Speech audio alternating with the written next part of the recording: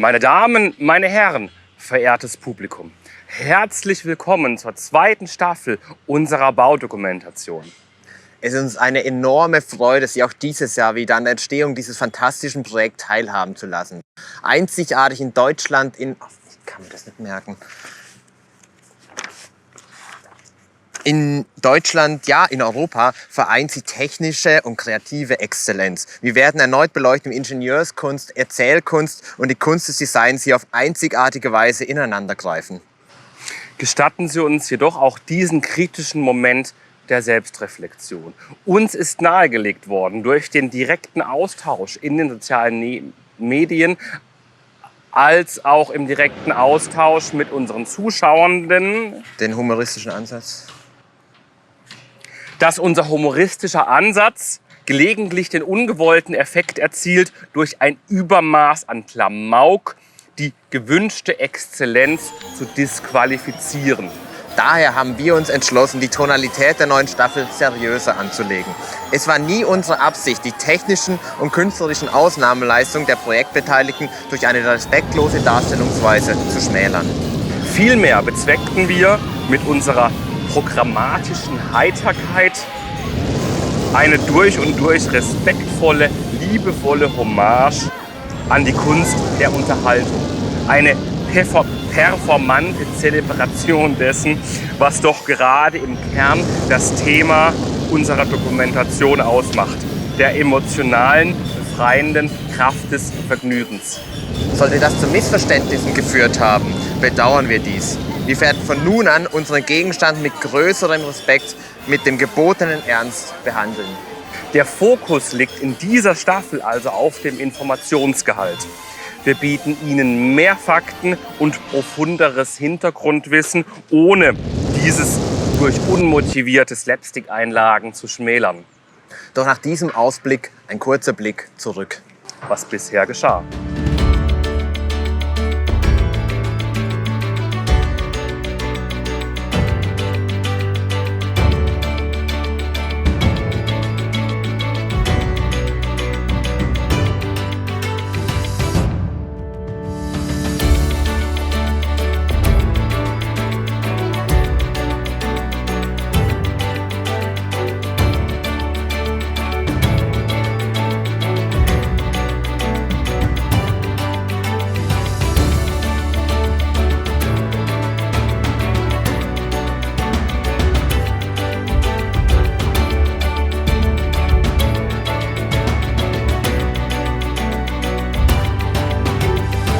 Der Rohbau ist nahezu fertig. Das ging richtig schnell. Um euch kurz mitzunehmen, wir stehen hier am äußersten Ende des Bahnhofsgebäudes, hier direkt zum griechischen Themenbereich. Was hinter mir wie ein riesiger Betonklotz aussieht, wird später einmal, wenn wir fertig sind, wie mehrere kleine Gebäude aussehen. Das erreichen wir durch das Absetzen und Vorsetzen von den Gebäudeteilen. Beim Hotel Kronasar oder auch beim Bellrock wurde das gleich gemacht. So sehen die Gebäude ein bisschen handlicher aus. Genau. Das Gebäude ist ein bisschen unförmig, das ist so grob eine L-Form, hat aber ganz komische Winkel. Das mögen unsere Kollegen beim Bau nicht so gerne, aber es gibt halt die Bahn vor. Also wir haben ja auch eine Achterbahn, die durch das Gebäude geht und da sind ganz genaue Winkel vorgegeben, wie die Gebäudeteile zueinander stehen. Wir wollen ja auch während der Fahrt noch ein bisschen was im Gebäude machen. Was genau, sehen wir dann irgendwann später, aber deshalb ist das alles ein bisschen unförmig. Wir haben eine relativ große Dimensionierung. Wir gehen 45 Meter in diese Richtung und 55 Meter in diese Richtung. Also es ist eines der größten Stationsgebäude, das wir hier im Park haben. 1500 Quadratmeter Gesamtfläche und insgesamt über 10.000 Kubikmeter umbauter Raum. Ja, da ist viel Platz. Wir können viele Sachen machen und wir schauen uns jetzt einfach mal um. Kommst du rüber, David? Ja, dann mal los. Wir stehen hier in unserer großen Stahlhalle. Ein Teil vom Gebäude hat kein Betondach wie üblicherweise, sondern hat hier ein Stahldach. Da sind wir so, das sind ungefähr 560 Quadratmeter, die wir mit Stahl lösen, mit riesigen Trägern. Also die Träger, die man hier sieht, die sind 1,5 Meter hoch bis zu 24 Meter lang. Was ich auch wirklich toll finde, die wird man später auch sehen. Die werden nicht verdeckt, sondern sind auch elementarer Bestandteil unserer Thematisierung hier im, ich glaube, wir können sagen, weil der Zuschauer wird es erkennen, wir stehen hier im Bahnhof. Genau, ja. Dem Herz unserer Achterbahn. Das ist dann ein Bereich, auf den ich mich natürlich unglaublich freue. Wir haben uns sehr, sehr viele Gedanken dazu gemacht. Aber ich würde sagen, machen wir ein anderes Mal. Wir gehen mal. Wir gehen. Hey David! Ja. Was machst du da oben? Wir wollten doch eigentlich das hier zeigen. Ja, komm, dann. Klar. Wir kommen hoch, bleib du da.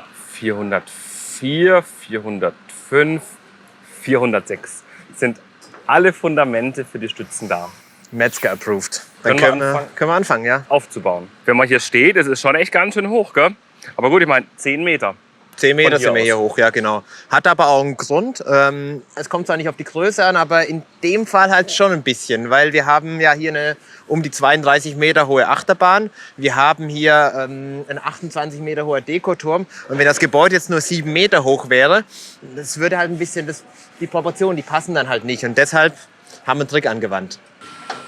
Ja, und durch diese freistehende Wand erreichen wir es, dass ein eigentlich 7 Meter hohes Gebäude plötzlich aussieht, als wäre es 10 Meter hoch.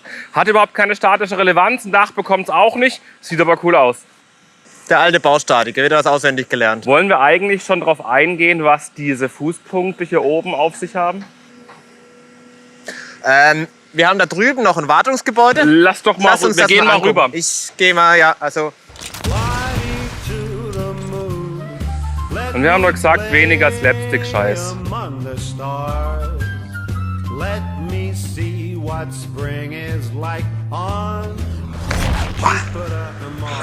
Ja, ich denke, ihr kennt es wieder. Hier war aber in der letzten Folge der ersten Staffel Baudokumentation, da war das hier noch ein Kiesplatz, hat sich einiges getan. Wir haben jetzt hier 130 Fußpunkte der Achterbahn und werden so um die 400 Meter Schiene hier verlegen.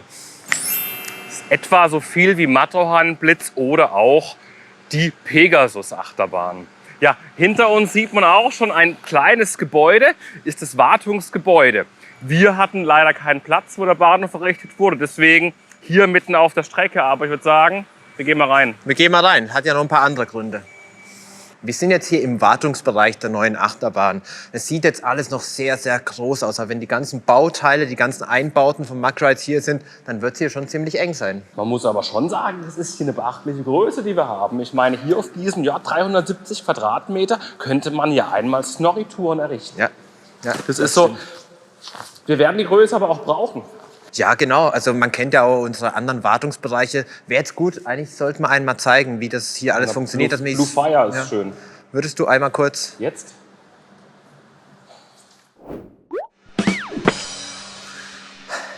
Weniger Slapstick. Anyway. Diese beiden Öffnungen hier in der Wand, das sind unsere Zufahrten in den Wartungsbereich. Da werden Rolltore davor sein. Tagsüber wird man hier nicht reingucken können. Die werden nur bei Bedarf geöffnet. Aber das sieht man am Blue Fire besser. Im Unterschied zur neuen Achterbahn haben wir hier bei der Blue Fire 3 Tore, 3 Gleise und können so 3 Züge insgesamt abstellen. Die Wartungshalle hier ist einfach ein Tick kleiner und der Blue Fire Zug ein Tick länger als der von unserer neuen Bahn. Bei unserer Achterbahn können wir alle 7 Züge im Wartungsbereich platzieren. Aber die können wir nicht so schön wie beim Blue Fire nebeneinander platzieren, sondern müssen sie hintereinander platzieren. Das heißt, wir haben 2 Spuren, einer drüben, 3 Züge und auf dieser Spur 4 Züge. Eine Besonderheit der Wartungsbereiche von Mack Rides sind die schwebenden Lagerungen der Züge. Das heißt, die Züge stehen nicht auf den Schienen. Wie das genau aussieht, sieht man beim Blue Fire ganz gut.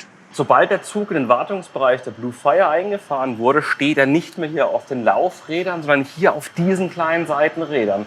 Die sind an den Seiten des Zuges angeordnet und tragen das Gewicht des 8 Tonnen schweren Zuges. Das ermöglicht, dass man hier unten im Rahmen der Wartung komplett frei an die Räder kommen kann und die Wartung und den Rädertausch gut machen kann. Genauso wird es bei der neuen Bahn. Über diese Reibräder, die auf ganz schmalen Säulen stehen, wird der Zug im Wartungsbereich hin und her bewegt. Die Säulen sind besonders schmal gestaltet, damit man hier viel Fläche hat, um eine ordentliche Wartung durchzuführen. Und genau diese Säule mit diesem Reibrad wird dann auch hier stehen, in dieser Reihe. Das heißt, hier haben wir diese Gewindestangen im Boden, da platzieren wir das. Durch dieses Rohr kommt dann der Strom. Übrigens, die Kabel dürfen bei uns nicht einfach auf dem Boden liegen, die sind alle unterm Boden in Leerrohren verteilt, damit, wenn wir hier mit Hubwagen reinfahren, dass wir nicht über die Kabelkanäle drüber müssen. Ich denke, das reicht hier jetzt erstmal. Wir kommen wieder vorbei, wenn wir hier mal Züge bewegen können. Ja. Hast du noch? Der geübte Baustatiker wird mit dem einen Blick auch erkennen, dass dieses Gebäude hier sehr massiv gebaut wurde. Wieso das so ist, würde ich sagen, schauen wir uns einmal in 6 Metern Höhe an. Ja.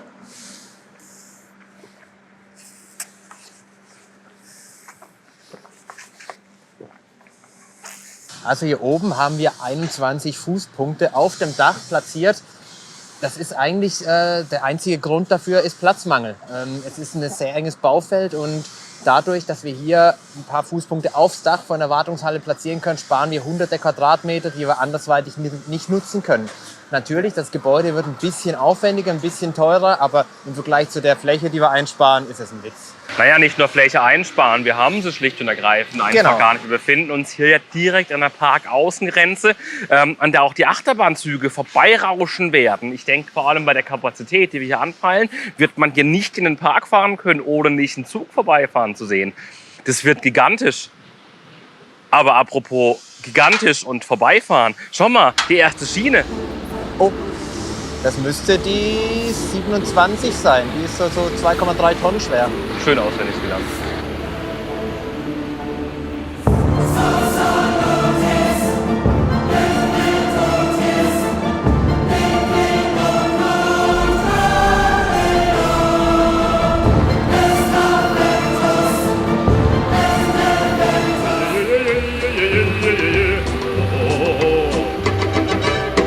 Das ist doch jetzt mal ein richtig schönes Schlussbild für die erste Folge der zweiten Staffel der Baudokumentation.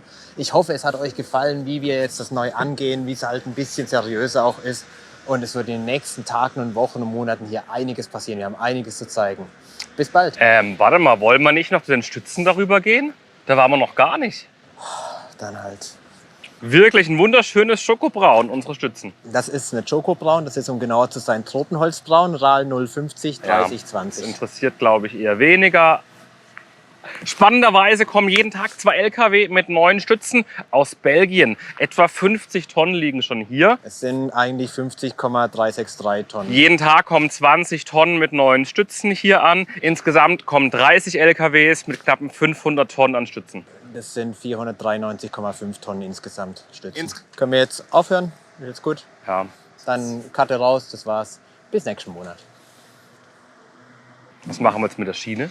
Abladen. Komm. Wir jetzt? Ah ja.